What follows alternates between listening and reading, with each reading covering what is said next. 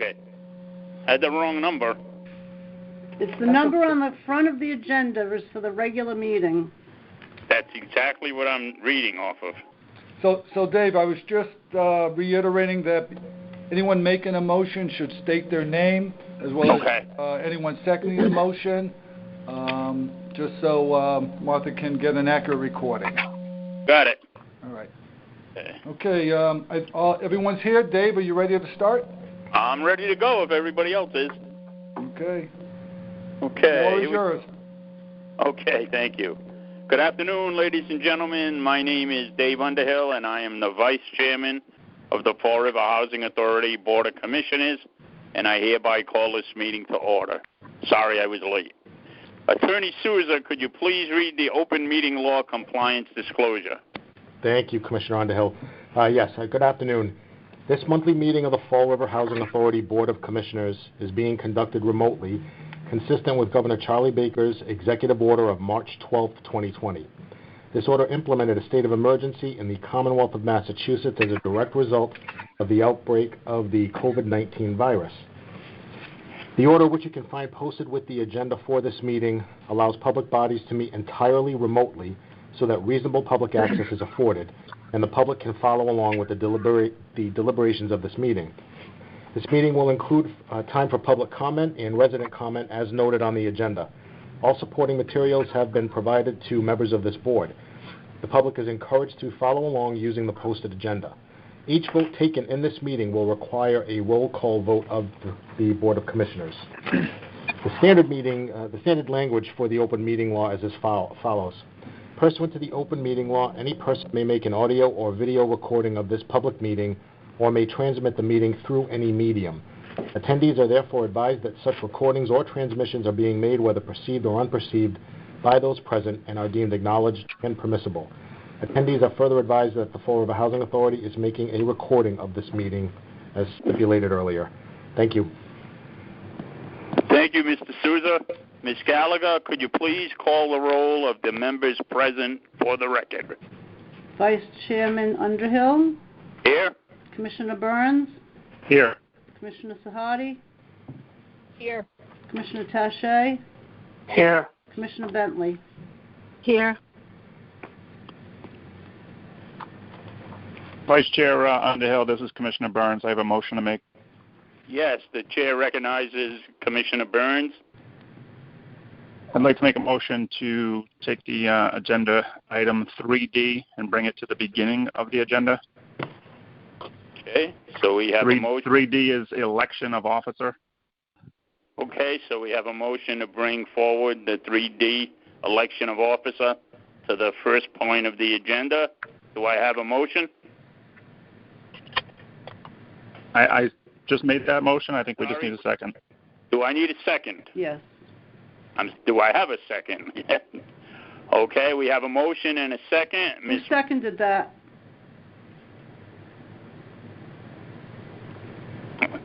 Who was the second on that vote, please? Could you repeat?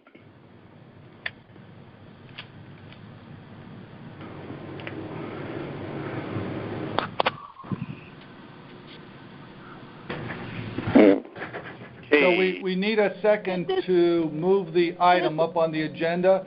And any board member, all we're doing is taking a vote to move the item for election of officers to the front of the agenda. Just for the record, I will second it. Thank you.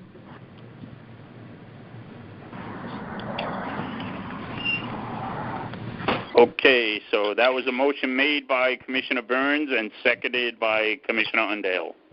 Yep, I'm going to do the roll call vote. Okay. Commissioner Burns? Yes. Commissioner Underhill? Yes. Commissioner Sahadi?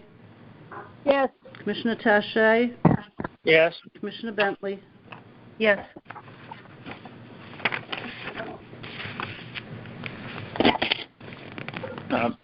Vice Chair Underhill, it's Commissioner Burns once again.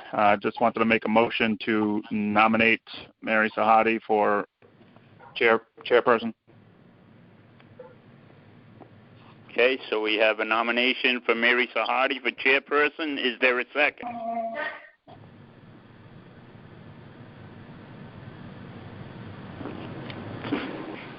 second? Or I will second the motion, Commissioner Thank you, Underhill. Commissioner Underhill. I'm going to do the roll call vote now. You? Commissioner Burns, Yes. Commissioner Underhill, Yes. Commissioner Tache, Unequivocally, no. Commissioner Bentley, Yes. Commissioner Sahadi. Yes. The motion carries. At this time, congratulations, Chairwoman Sahadi. I would like to ask you to take over the remainder of the meeting. Congratulations, Mary. Thank you all. Thank you for your support. So moving on the agenda, this is Commissioner Sahadi. Do we have any citizen input for this particular meeting?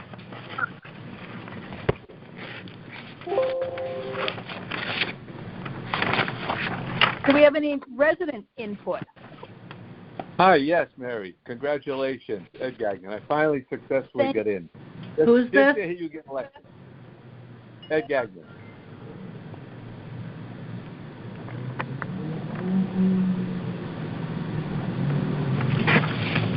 Just wanted to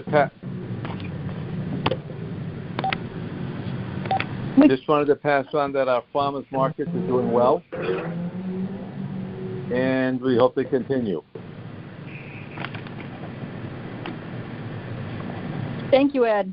We appreciate that. And we're happy to hear that the farmers market is doing so well at the site. Yes, it is. Thank you. We can't hear you all that well, so I'm not sure if you have anything in addition to add. Not at this meeting. At next meeting, I'll have a couple of ideas that I want to run by everyone, but with COVID still raging through the city, we figure we'll hang on for a little while longer. Certainly, we understand that. Do we have any other residents with any input for tonight's meeting?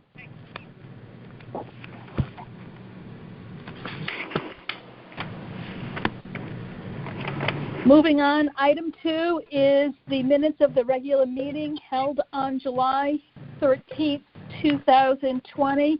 Do we have a motion to accept those minutes? Commissioner Burns makes a motion to accept the minutes. Second, Commissioner Underhill. Martha, roll call. Commissioner Burns, Yes. Commissioner Underhill, Yes. Commissioner Tache, Yes. Commissioner Bentley, Yes. Chairwoman Sahadi. Yes. Item number 3 is bills and communications. We have the vouchers in front of us. Does anyone have anything to ask about the vouchers, or do we have a motion to accept in order?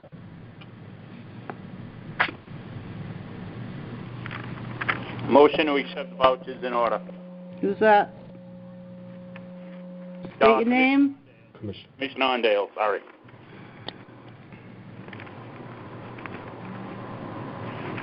Commissioner Burns a will second that. Thank you. Martha? Commissioner Underhill, Yes. Commissioner Burns, Yes. Commissioner Tache, Yes. Commissioner Bentley, Yes. Chairwoman Sahadi. Yes.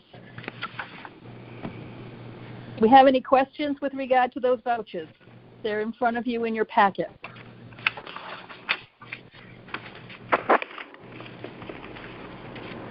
Hearing no questions, item 4 are the management reports. There are 7 management reports that are included in your packet. 1 are the applications. 2 is the occupancy reports. 3 is the tenants' accounts receivable reports. 4 is the report on work orders. 5 is the monthly Section 8 voucher activity report. 6 is the monthly personnel count, and 7 is the Director of Modernization monthly report. Do I hear a motion to accept these reports?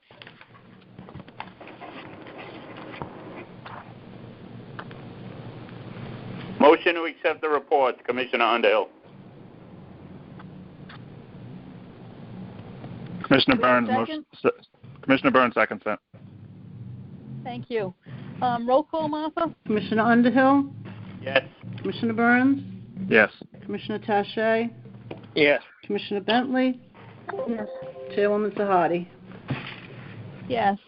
Does anyone have any questions on the reports themselves? We have a number of our employees available to answer any questions. Does anyone have any specific questions with regard to any one of these particular reports that are included in your document?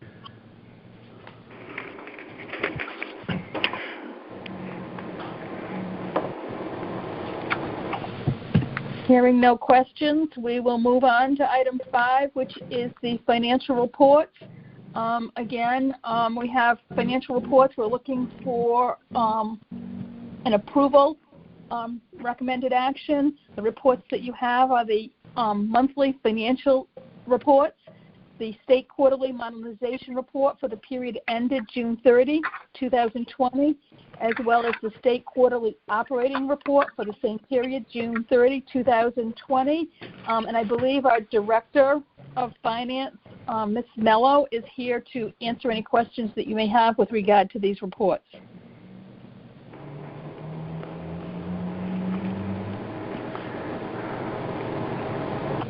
Do I have a motion to approve the reports?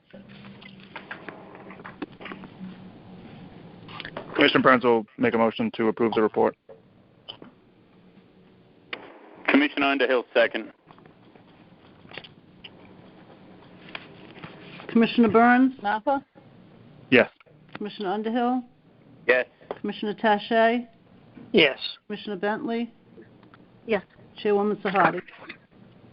Yes. Ms. Mello, do you have anything to add with regard to these reports for the period ended June 30, 2020, as well as the monthly financial report? Yeah, I wouldn't mind just giving you a couple of bullet points on just what's happened in the first quarter. So rental revenue, it seems to be running on target. Our occupancy rates remain steady, so we're not seeing any declines there as a result of COVID, which we weren't sure about heading into the quarter, but that looks good and is in line with budget. Our operating subsidiary is running a little high over budget, which is related to a baseline adjustment that we had approved by HUD, post-budget preparation, and so we weren't aware of it at the time, but they approved additional subsidy related to this water adjustment for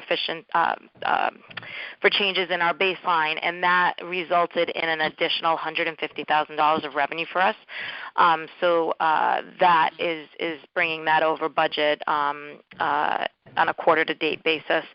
The other thing I wanted to just talk briefly about on the expense side, our salaries from an administrative standpoint are running below budget at the moment.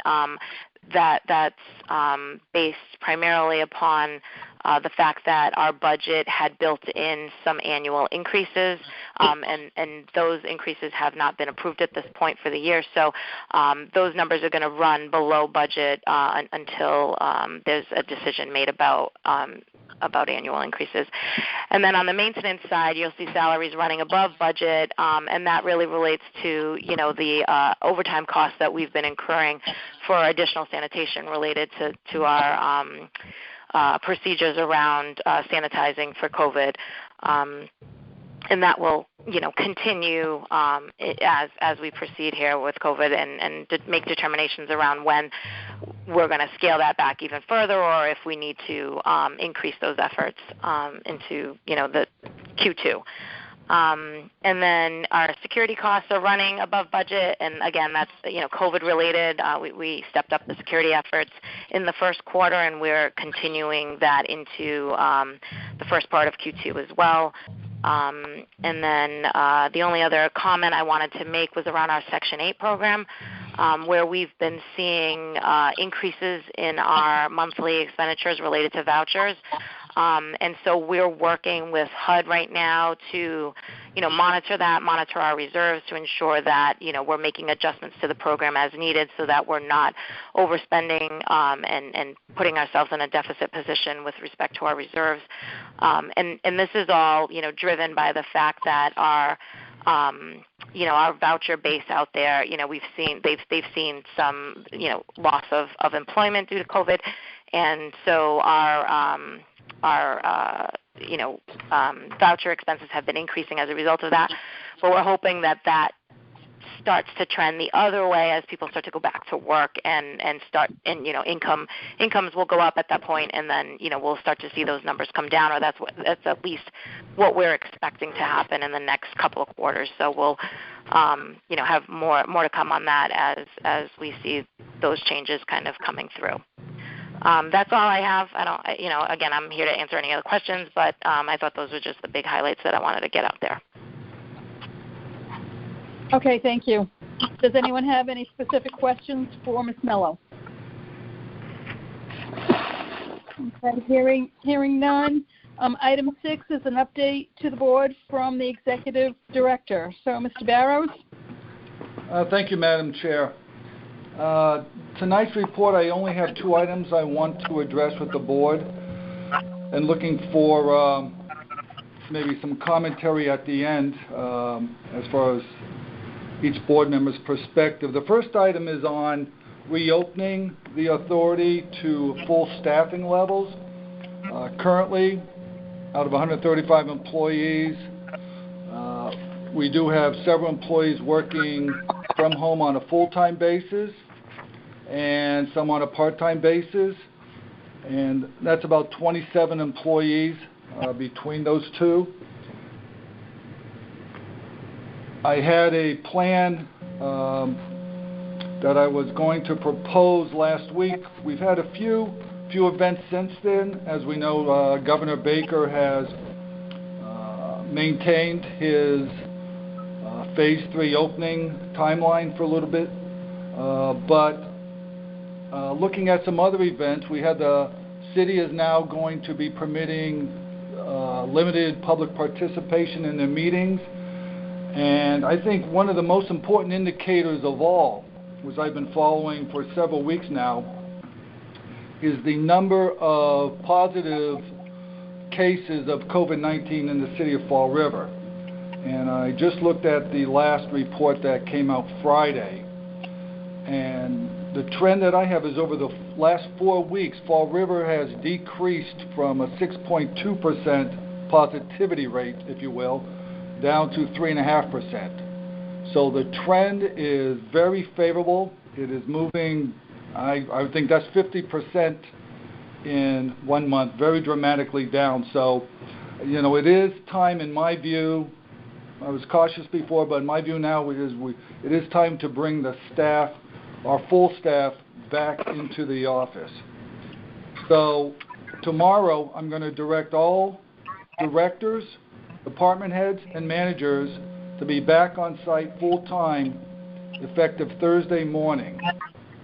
And this will bring back 2 employees who are currently working full-time at home and 5 that are working part-time at home on an alternating basis.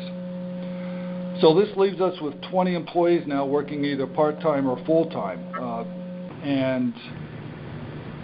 Specifically, we have 13 that are working part-time at home. What that means is they may work at home 3 days a week, come into the office 2 days a week, or vice versa. And we have 7 working at home full-time. So my ultimate goal is to bring everybody back on site by August 31, which would be, I believe, 2 weeks. Now on Monday, though, and I don't mean just, we're going to just flip the switch and everyone's back on that day. We want to do it in the intervening 2 or 3 weeks. So on Monday, I've identified already 4 positions, clerical positions, besides those directors, department heads, and managers, that we can bring back. So out of that remaining 20, we'll bring 4 back on Monday. So that'll leave 16, which gives us 2 weeks to get our house in order as far as the physical environment and whatnot, which we have been working on. Don't get me wrong, Kevin's been busy working with his staff on that. So we've made some progress, and I think we can get it done by that time. So that's my game plan as far as getting us back to full staffing. We still do not have residents coming on site, and that's in compliance with DHCD. So it's, the environment is not the same as it was back in early April, I think, when we had the height of the COVID situation.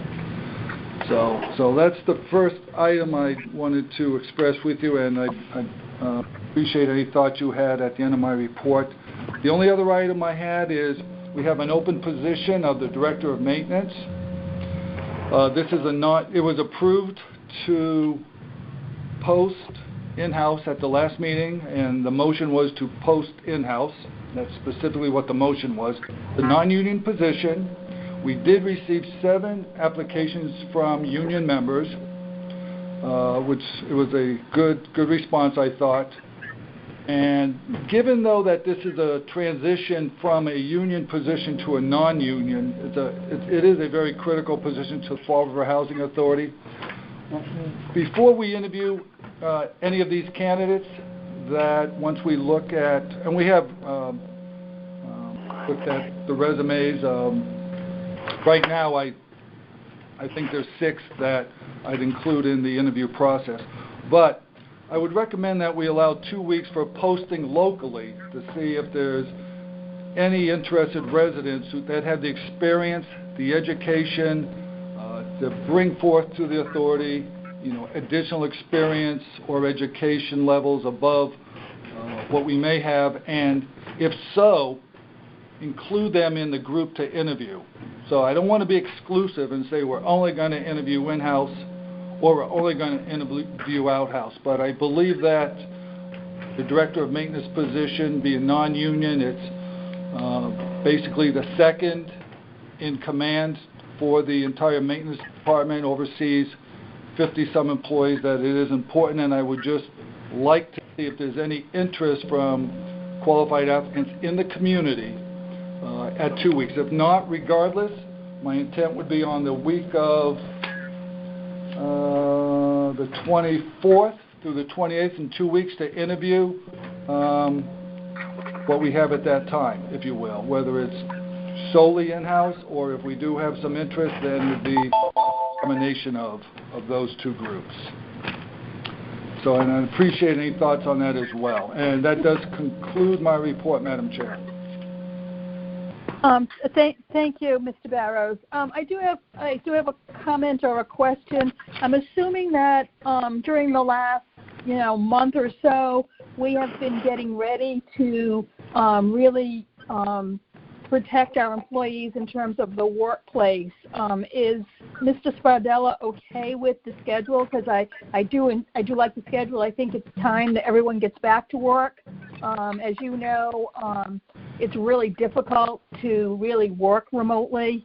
Although certainly certain tasks can be done that way, it's not the easiest in terms of managing individuals or getting work done. So I would, as one commissioner, certainly like to see the employees back. So we do like your timetable and your schedule, but I guess I just want to make sure that we bought the appropriate plexiglass and we have the ability to social distance when we can, the employees from each other, and certainly if they can't be social distance, the requirement to wear masks. And I do like the fact that we're not, at this particular point, going to, jump with both feet in and bring everybody at the same time, but at least have a plan to bring them back by the end of the month.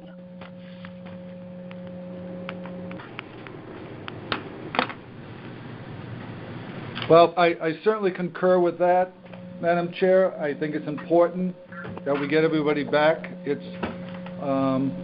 is difficult not having employees in the office. There's a lot of other duties as needed that don't get done, and they fall on the staff that are here, or they just don't get complete.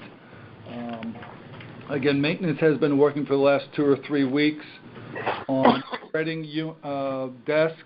There's still more work to be done, but as I mentioned in my report, there's 4 clerical positions I want to bring back on Monday that as I sit here, I'm completely confident those spaces, are adequate. So I don't know if the Deputy Executive Director has any comments or feelings that he'd like to provide with the board. Sure. So the staff that you plan on bringing back immediately, yes, they have individual offices, and we've installed mail slots or mailboxes outside the office to reduce the handling of inter-office mail. So it will just be dropped in their mailbox. And then some of the other offices, we've made modifications. There's either cubicle dividers or the plastic shields that go on the desk. And there's still a few locations that we're working on where there may be 2 staff members in the office. So we want to be sure that there's ample distance between desks and the plexiglass shields are in place. So I think, to Mr. Barrow's point, the staff members that he has scheduled to come back this week will be okay. They have individual offices, and then that gives me another week or so to complete the modifications to the other sites where there'll be multiple staff members.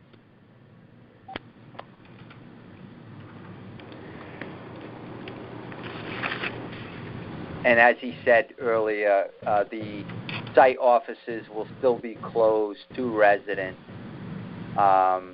so there won't be any of that foot traffic in the lobby areas. It will just be the staff members in their individual offices, and there'll only be more than one if the office has ample space and the proper plexiglass dividers or desk dividers.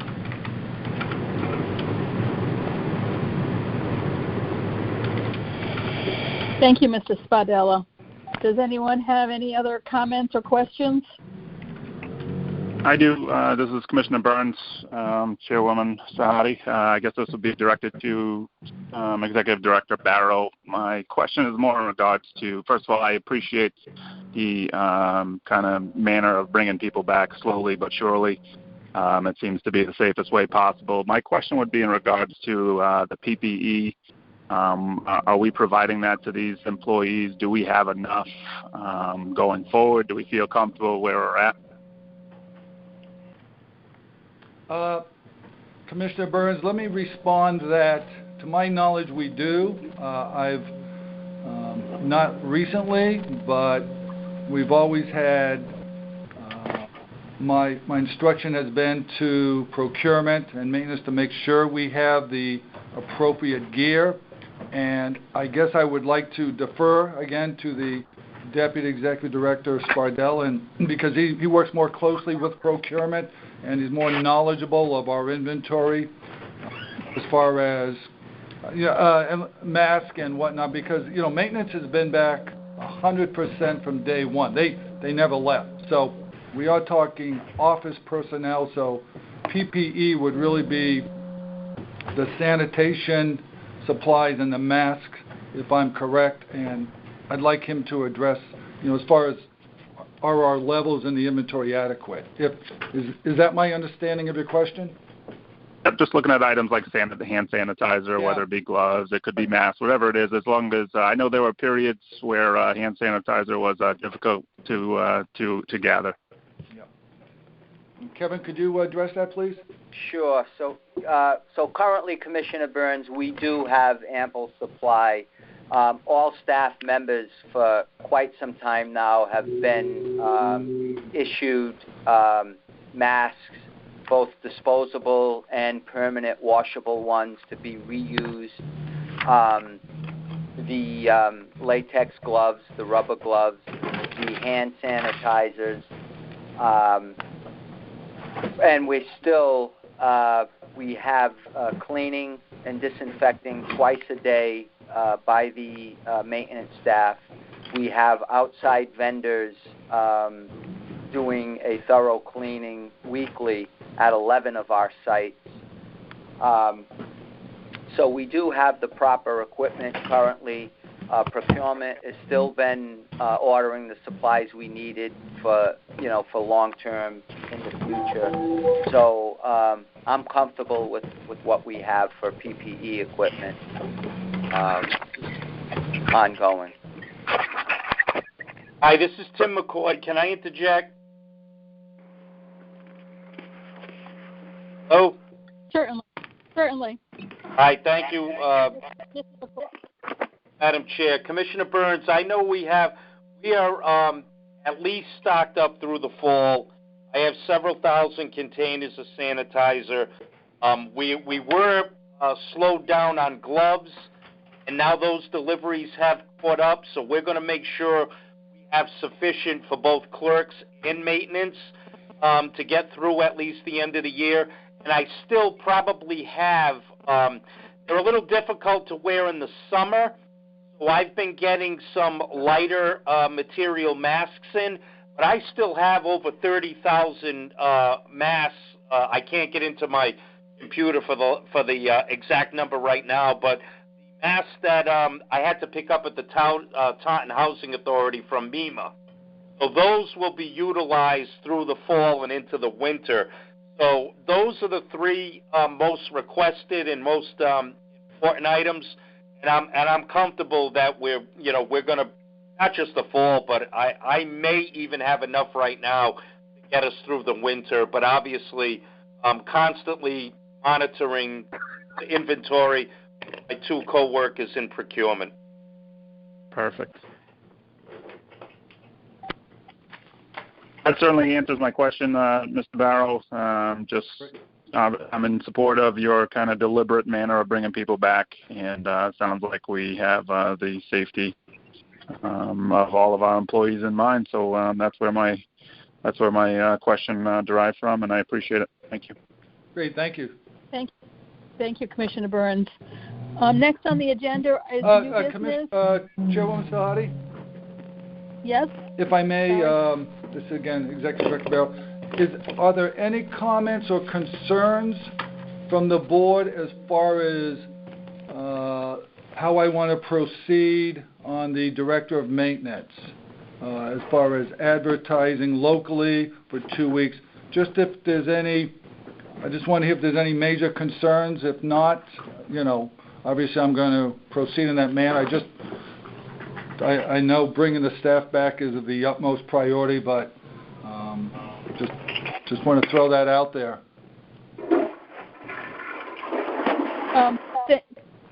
Thank you, Mr. Barrows. Well, this is obviously Commissioner Sahadi. I, for one, I think it's important to make sure that we have the best and brightest in a management position like that. So certainly we can interview those that have applied internally, but I think it's important to reach out and see what we receive as applicants from outside of our current staffing that may have the appropriate both education and experience to be able to manage a staff this large, because maintenance is, as you pointed out, a very large staff. Okay, thank you. Mr. Barrows, Commissioner Burns, my thought would be, number one, I thought it was great that you had that many applicants for internal applicants for that position. It's good to hear. I have no problem with seeking external applicants. I agree. We want to find the best, and my heart says that it's could be from an internal candidate, but that's not always the case. So I'm open to the external candidate. I'm wondering if it would make sense to begin the interview process just so we can get a jump on that. Because with that many applicants, you're not going to do that all in a day. So maybe just starting that would help us. Commissioner Byrne, I think that's a great point, and I concur with that. Yes, we will start. Okay, perfect.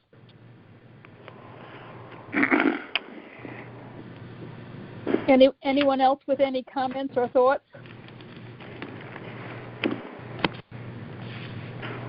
Moving on Item 7 is new business. 7.1A is a change order number 2 for the laundry room conversion at Sunset Hill.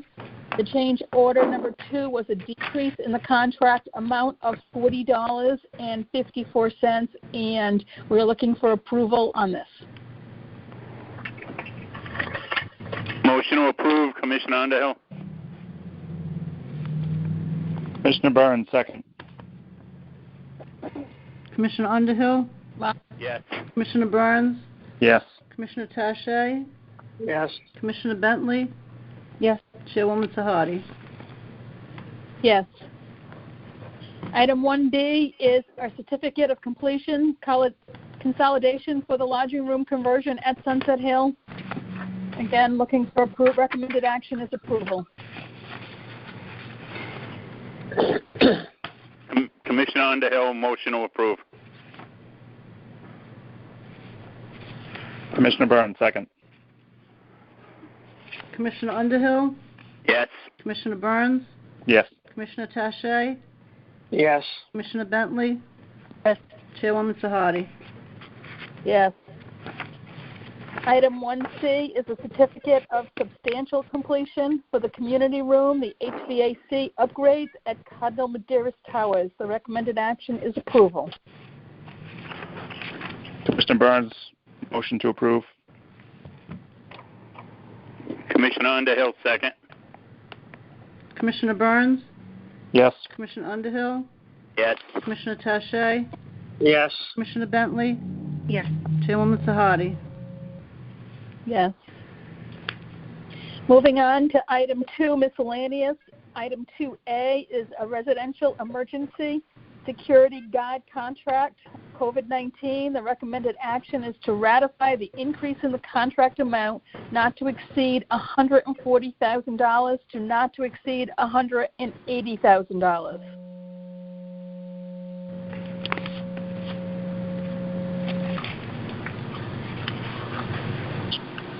Commissioner Underhill, motion to approve. Commissioner Burns, second. Commissioner Underhill? Yes. Commissioner Burns? Yes. Commissioner Tache? Yes. Commissioner Bentley? Yes. Chairwoman Sahadi? Yes.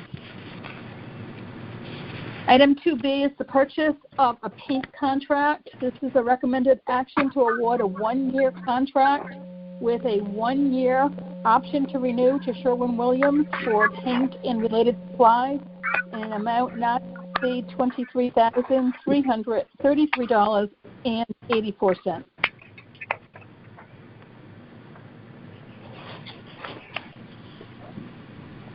Commissioner Burns. McCoy, do you have any add to Sorry. this? I'm sorry. Madam Chair, I do not, but I'll field questions if Anyone has them. Mr. McCoy, was that about the average bid? I can compare in comparison, Chairman Underhill, in comparison to the prior contract, we actually had a drop in unit prices. Obviously, we're a good purchaser in terms of volume. We had a unit price drop of over the, if we do this for the 2 years, of close to 10%. Huh?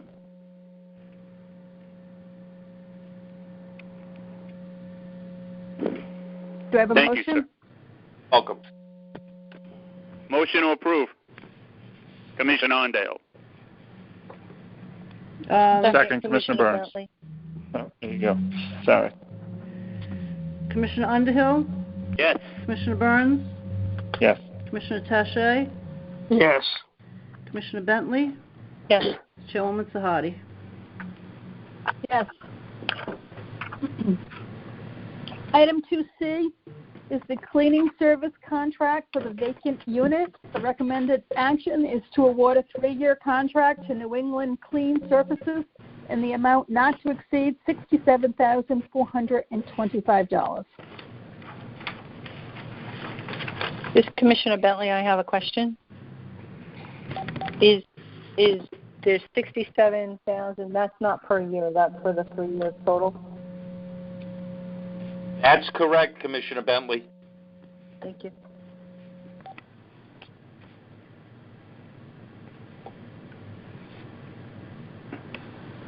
Commissioner Underhill, Do I have a motion to approve.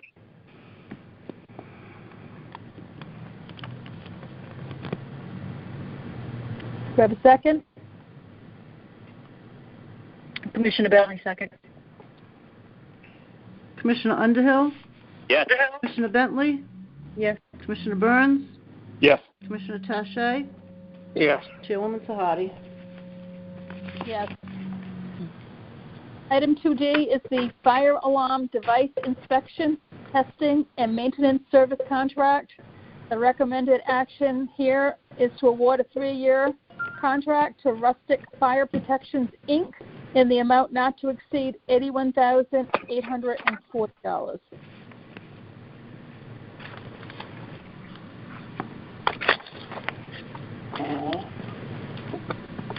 Commissioner Does Underhill, anyone have motion any to approve. questions of Tim?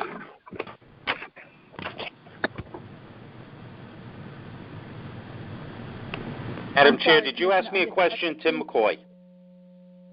I didn't know whether any of the commissioners had any questions on this 3-year contract as well. Hearing none, then we would need a motion to approve. So Motion moved. was made by Commissioner Underhill. We need a second. Commissioner Burns, second. Commissioner Underhill? Yes. Commissioner Burns? Yes. Commissioner Tache? Yes. Commissioner Bentley? Yes. Chairwoman Sahadi? Yes. Item 2E is the audit/AUP, which is agreed upon procedures proposal. The recommended action is to award a 3-year contract to the loan proposer, Markham LLP, in the amount of $34,410 for year 1, $36,410 for year 2, and $38,410 for year 3. Madam Chair, this is the Executive Director. May I have a few minutes to comment on this item? Certainly. We went particular out. item. Sure. Go ahead. I'm sorry. We went out and solicited proposals. We did not, as they say, publicly advertise, but we did it in accordance with Mass General laws. The Finance Director reached out to 4 firms, very reputable firms, and she was pretty much taking the same position as myself when I first came to the authority as the Finance Director 12 years ago. That being, as a new person, I wanted a complete, fresh look at the finances and not rely on the past audit firms. And I applauded her for that, and I highly recommended that. So she went out and she searched the audit firms out there. She did solicit prices from 4, or I should say proposals she distributed to. Only the current firm came back, and the basic reason she found is because of the COVID-19 situation, some of these firms were unwilling to take on new work because the first-year audit requires a lot of legwork, and you can appreciate this being an auditor yourself. There's a lot of getting up to speed, learning this internal control systems and whatnot. So I asked her, I said, well, what if we did now, just because HUD has extended the deadlines for when an audit is due, what if we did go out and publicly advertise? And HUD's not requiring us to have an audit done until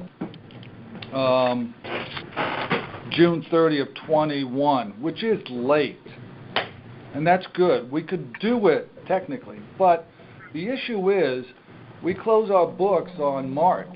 So we're going to close on March of 21. Finance Department is going to be trying to close the statements, and they're going to have the auditors hanging around, new auditors. And there's no indication from HUD whether they're even going to extend next year's deadline. So it could just be a insurmountable crunch. So I would recommend, for this time being, we just do the 1-year proposal with Markham, which is, if you look in the packet, it's very comparable to what we paid them the last couple of years. And then during the audit, actually go out and publicly advertise bids, which, again, we did everything according to Mass General Law, and I'm sure Melissa can back this up, and our procurement manager can. But I would just highly recommend at this point in time, given where we are and the situation, that we would go with Markham for a 1-year contract. And I yield. Thank you, Mr. Barrows. I don't know if anyone has any questions or comments, but I do have to agree that, we are in, uncharted times right now with audits and auditors. I certainly are not in agreement, if you will, with going or giving them a 3-year contract. I think if we start now to secure an audit firm, we ought to be able to secure an audit firm going forward. I'm not in disagreement, though, with you, Mr. Barrows, that if we provide Markham with a 1-year extension on their contract and then go out to competitively bid the job and really look at what other firms are out there and truly write an RFP and have other firms have the ability to respond. I think part of the reason we didn't receive any real responses is just that. I mean, there have been a lot of firms that haven't been, just as the Housing Authority, haven't been working on site, and, as I indicated earlier, working remotely isn't always the easiest thing. I don't know if anyone else has any comments.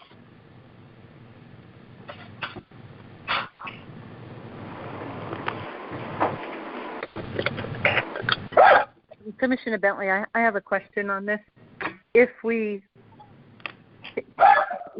Sorry about this. Could we table accepting that at all? If we have the opportunity to wait until 2021, do we need to do that right now, or do we have the opportunity to go out for a full proposal bid? Commissioner Bentley, we do have the opportunity to. The audited statements, though, are due June of 21. That's when they're due. So I'm not sure if you're familiar with public finances and whatnot, but there is a time that the auditors need to do their field work, compile the data, and then submit the statement. A new firm would take much longer than Commissioner Bentley, than the existing firm. Yeah, and I'll let Melissa talk to this, but again, my big fear would be that during the winter months, they're going to be auditing us, and our accounting staff's going to be trying to close the books, and there'll be no extension there, and it's just too much of a crunch. But I'll let Melissa address any other points. Please, Melissa. Hi. Yes, I agree with all that Mr. Barrow has explained. I mean, we've discussed it at length. From my perspective, a normal audit with a regular, consistent auditor would probably run, from field work to financial statements, a minimum of 3 months. From the point at which they come out to do their field work to the point we're seeing financial statements, for Markham, at least, historically, has been their typical field work starts in August, and we generally see financial statements in November. And they're very familiar with our process. as an auditor myself in the past with new clients and, experiencing that on the other side as, working in private industry and having a new audit firm coming in to do work, it generally takes a lot longer. There's a lot more face time that's required. And I think in this COVID environment, that's going to be a lot more challenging. And we're not even sure that if we went out for public bid that we would, get additional bids, right? So there's no guarantee of that. So my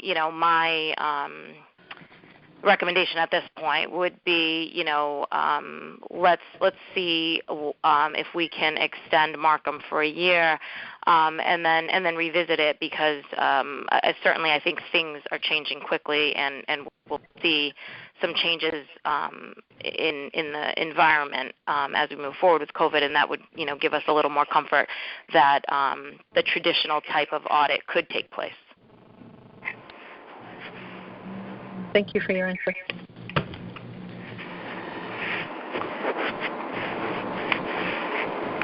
Does anyone have any other questions, or is there a motion to be made?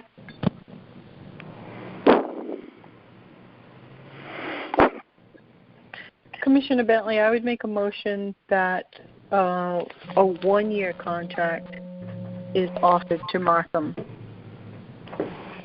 for the upcoming year. Commissioner Burns seconds that. Commissioner Bentley? Yes. Commissioner Burns? Yes. Commissioner Tache? Yes. Commissioner Underhill?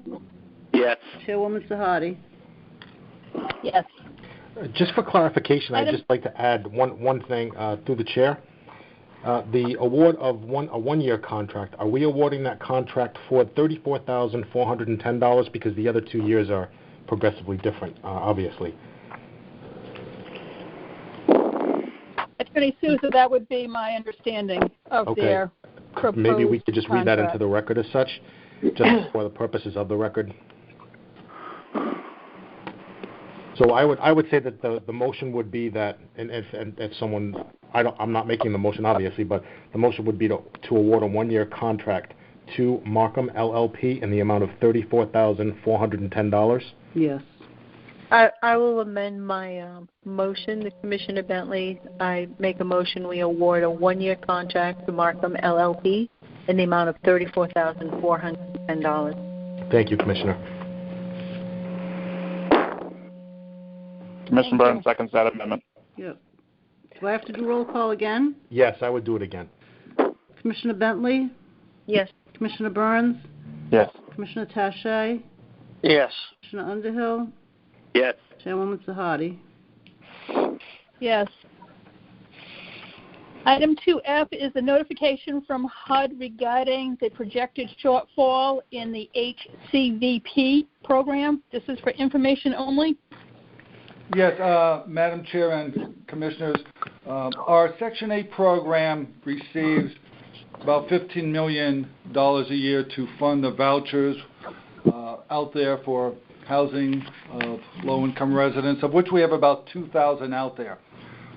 As Melissa explained earlier in her report, the amount that we pay for each voucher has been going up due to unemployment, among other things. So what has happened is we pay out the money, the amount we have in reserves goes down and down and down. So things were getting pretty low where we only had 200,000, 300,000 left in reserves. So I notified HUD of this, and they have this unit called the Shortfall Prevention Team. They confirmed our estimates, where we are and where we're going. So they have directed us, which we kind of started about a week before anyhow.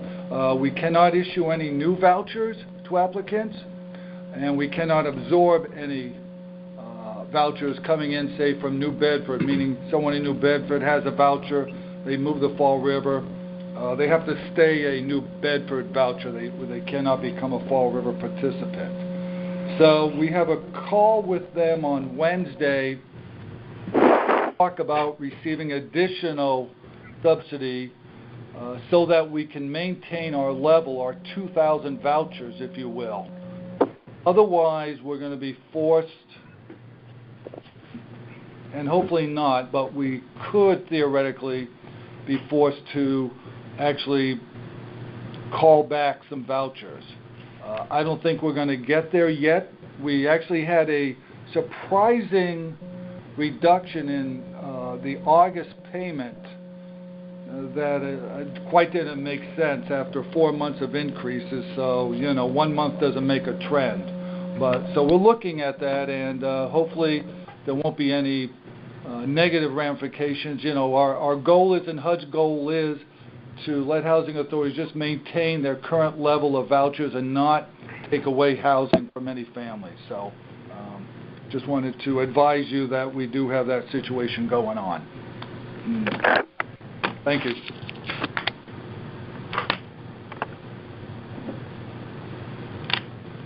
Okay, moving on. Section 3 is personnel. 3A is a part-time truck driver. The recommended action is to approve an in-house posting. Commissioner Burns, motion to do the in-house posting. Second, Commissioner Underhill. Commissioner Burns? Yes. Commissioner Underhill? Yes. Commissioner Tache? Yes. Commissioner Bentley? Yes. Chairwoman Sahadi? Yes. Item 3B is the Minority Outreach Coordinator. Says the recommended action here is to approve the appointment of Bobby Bailey. Commissioner Underhill, recommended action to approve. Commissioner Burns, second that motion. Commissioner Underhill? Yes. Commissioner Burns? Yes. Commissioner Tache? Yes. Commissioner Bentley? I'm going to abstain. Okay. Chairwoman Sahadi? Yes.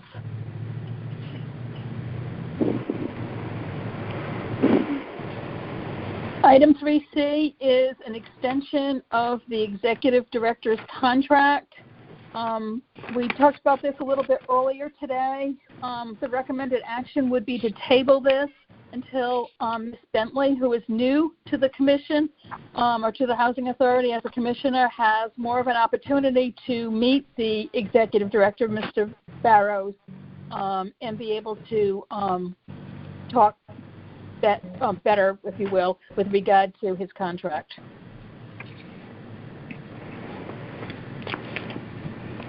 So we would be looking for a motion to table the extension of Mr. Barrow's contract at this. Commissioner Tache, I make a motion that we approve this 1-year extension now.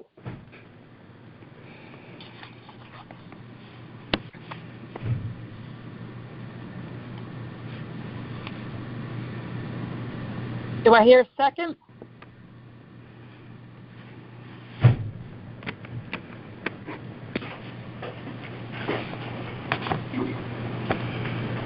Hearing no second, this motion fails.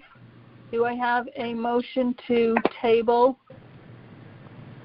the extension Commissioner Burns, of Mr. motion to table. Commissioner Underhill, second. Commissioner Burns? Yes. Commissioner Underhill? Yes. Commissioner Tache? Present. Commissioner Bentley? Yes. Chairwoman Sahadi? Yes.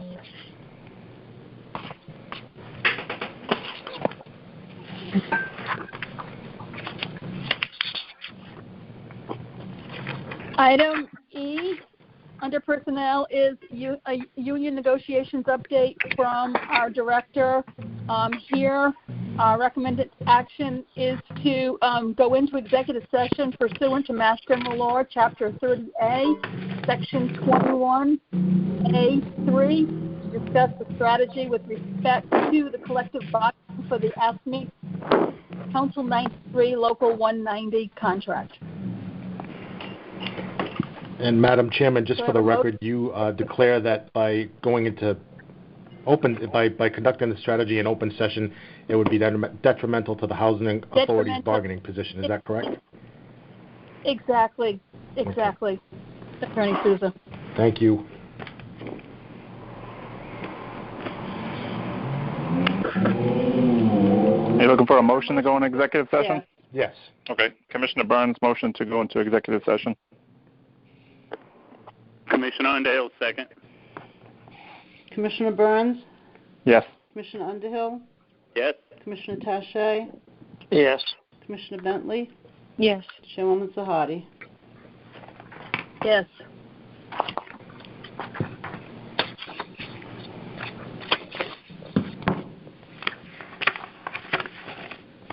Don't forget, you have to call the other number to do executive session.